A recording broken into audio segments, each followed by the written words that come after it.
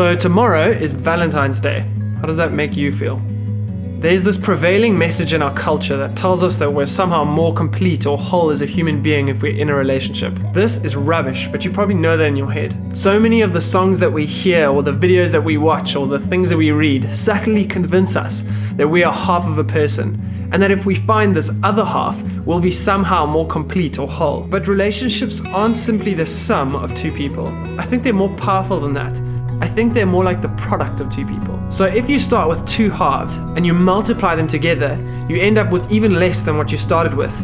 And you'll know this to be true if you've seen two people get into a really bad relationship and watch it destroy them. The problem is, if your self-worth lies in your relationship to another person, then you place your happiness and your motivation and your value in their hands. That's not really a burden that any one person can carry, at least not for very long. So here's the good news. You are valuable because of who you are. Not perfect, valuable.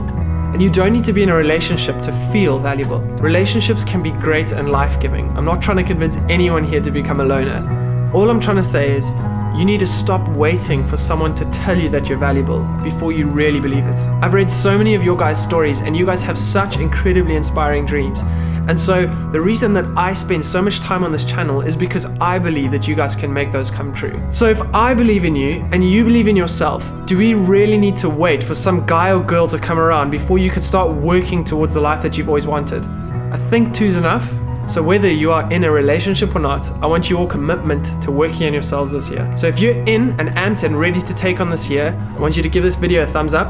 And if you use Twitter, tweet me, Nick Miller ZA, and introduce yourself and tell me what you want to do this year.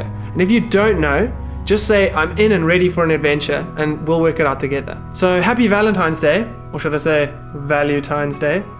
And for all the girls who watch our channel, here's some lovely roses. And for the 3 guys, here's a bro fist. Just kidding, it's 40% guys. Okay, bye.